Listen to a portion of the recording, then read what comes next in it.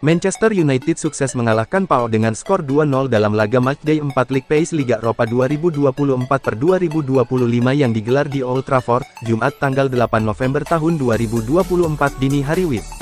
Amad Diallo menjadi bintang kemenangan MU dengan memborong 2 gol yang seluruhnya tercipta di babak kedua. PAOK sendiri memberi perlawanan sengit dengan beberapa kali menciptakan peluang emas. Berkat hasil ini, MU pun akhirnya meraih kemenangan perdana mereka di Liga Eropa musim ini dan kini menduduki papan tengah klasemen. Di sisi lain, PAOK masih terpuruk di papan bawah.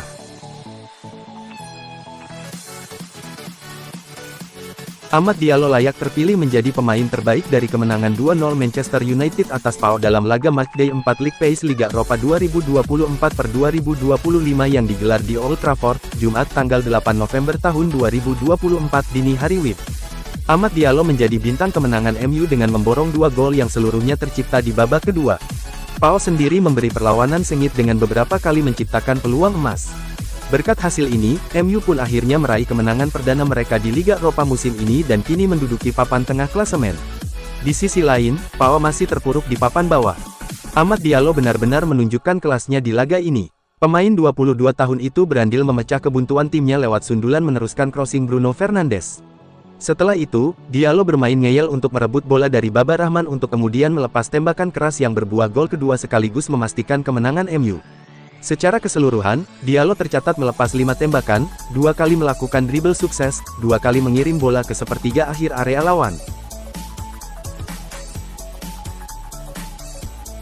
Ruben Amorim telah resmi diumumkan sebagai manajer baru Manchester United. Kini, santer dikabarkan bahwa Victor Gyökeres akan jadi pemain pertama yang menyusulnya ke Old Trafford. Victor Gyökeres jadi mesin gol utama Sporting CP pada musim 2024/2025 ini. Pemain asal Swedia tersebut telah mencetak 20 gol dari 16 laga di semua ajang. Dia memimpin top skor Liga NOS Portugal dengan 16 gol. Gyökeres sudah dikaitkan dengan MU sejak lama, bahkan sebelum Amorim bergabung diumumkan sebagai manajer baru. Lantas, apakah Gyökeres bakal jadi pemain pertama yang diboyong Amorim sebagai manajer MU? Menyusul Amorim ke Manchester United. Entahlah, saya di sini. Seperti yang Anda lihat, saya menikmatinya di Sporting. Itu bukan hal yang saya pikirkan. Saya sedih dia pergi. Kami mendoakan yang terbaik untuknya, ucap Gyökeres. Victor Gyökeres bisa jadi pemain yang memang dibutuhkan Manchester United. Sebab, catatan gol setan merah masih minor sejauh ini, MU baru bikin 8 gol dari 9 laga di Premier League musim ini.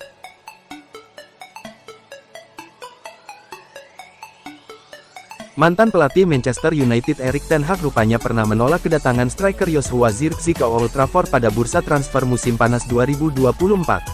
Belakangan, laporan The Sun mengungkap sempat ada kontroversi di balik kedatangan striker gagal MU ke Theatre of Dreams. Ex-pelatih Erik ten Hag disebut pernah menunjukkan sikap penolakan terhadap kedatangannya sebab Zirkzee tiba dengan kondisi berat badan berlebih.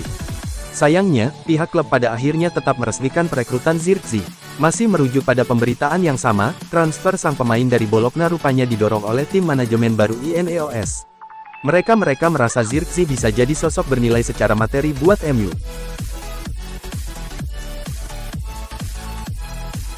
Legenda setan merah, Ruud van Nistelrooy mengungkapkan antusiasmenya untuk berkolaborasi dengan nahkoda baru Manchester United Ruben Amorim sembari memberikan indikasi tentang masa depannya di klub.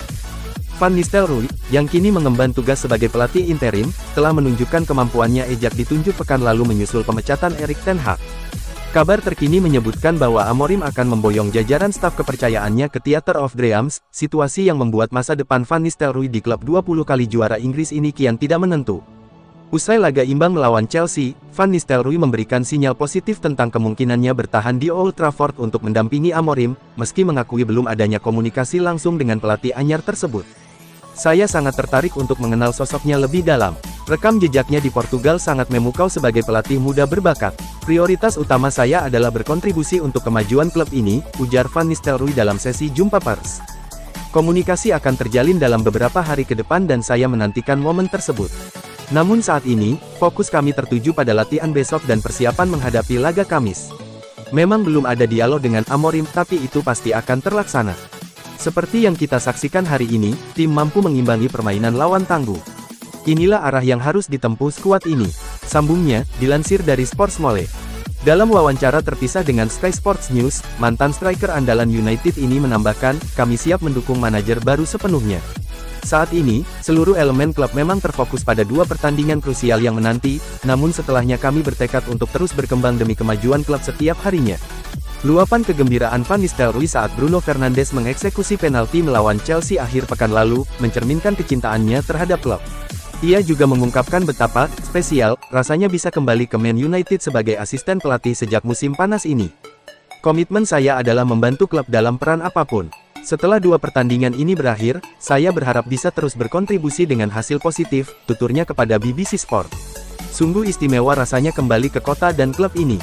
Setiap momen yang saya lalui sangat berharga. Saya berupaya menularkan nilai-nilai klub, kultur kota, dan semangat supporter.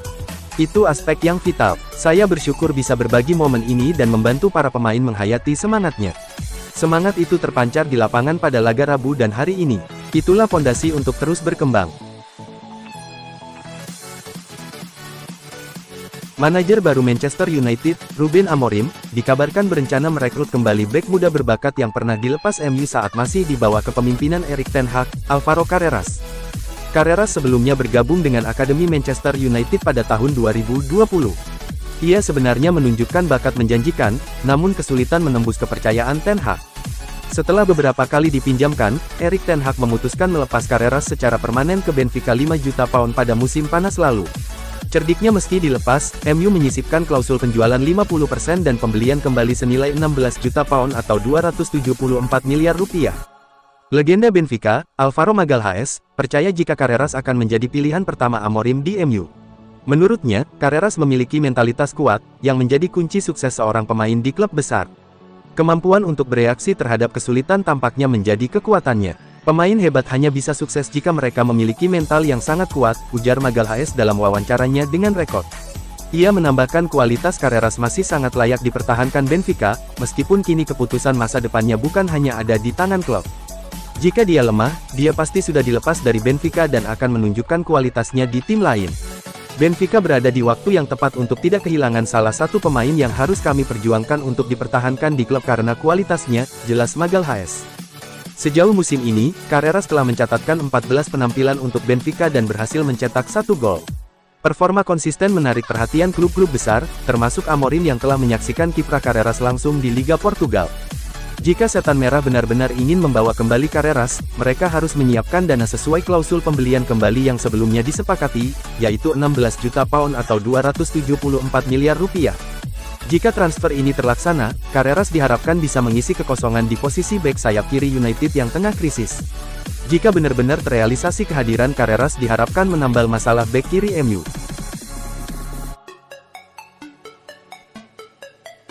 Manchester United mulai bergerak menyusun daftar pemain yang akan direkrut untuk memanjakan pelatih baru Ruben Amorim di bursa transfer Januari tahun 2025. MU kemungkinan akan melakukan pembelian pertama bersama Amorim dari tanah Jerman. Meski Amorim belum resmi bekerja, MU sudah gerilya mencarikan pemain yang dibutuhkan untuk memperkuat tim di sisa musim 2024-2025. Menurut jurnalis Jerman Florian Plettenberg, MU bakal aktif di bursa transfer Januari tahun 2025. Plettenberg mengklaim MU bakal fokus di Januari tahun 2025 mendatangkan pemain nomor 8. Kandidat yang bisa jadi rekrutan pertama Setan Merah adalah pemain Jerman Leon Goretzka dari Bayern Munchen. Harga ex pemain Schalke 04 itu tidak akan terlalu mahal. Pasalnya kontrak Goretzka bersama Munchen bakalan habis di Juni tahun 2026. Bandrol Goretzka sesuai dengan anggaran belanja MU yang tidak terlalu besar. Goretzka juga mulai frustrasi karena tidak selalu jadi andalan di tim utama Munchen musim ini bersama pelatih baru Vincent Kompany.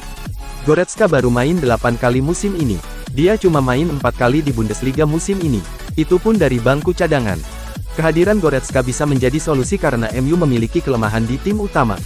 Gelandang Inggris Mason Mount yang diharapkan jadi andalan justru lebih sering absen karena mengalami cedera. Akibatnya lini tengah MU loyo sehingga para penyerang kesulitan mendapat suplai bola yang bagus.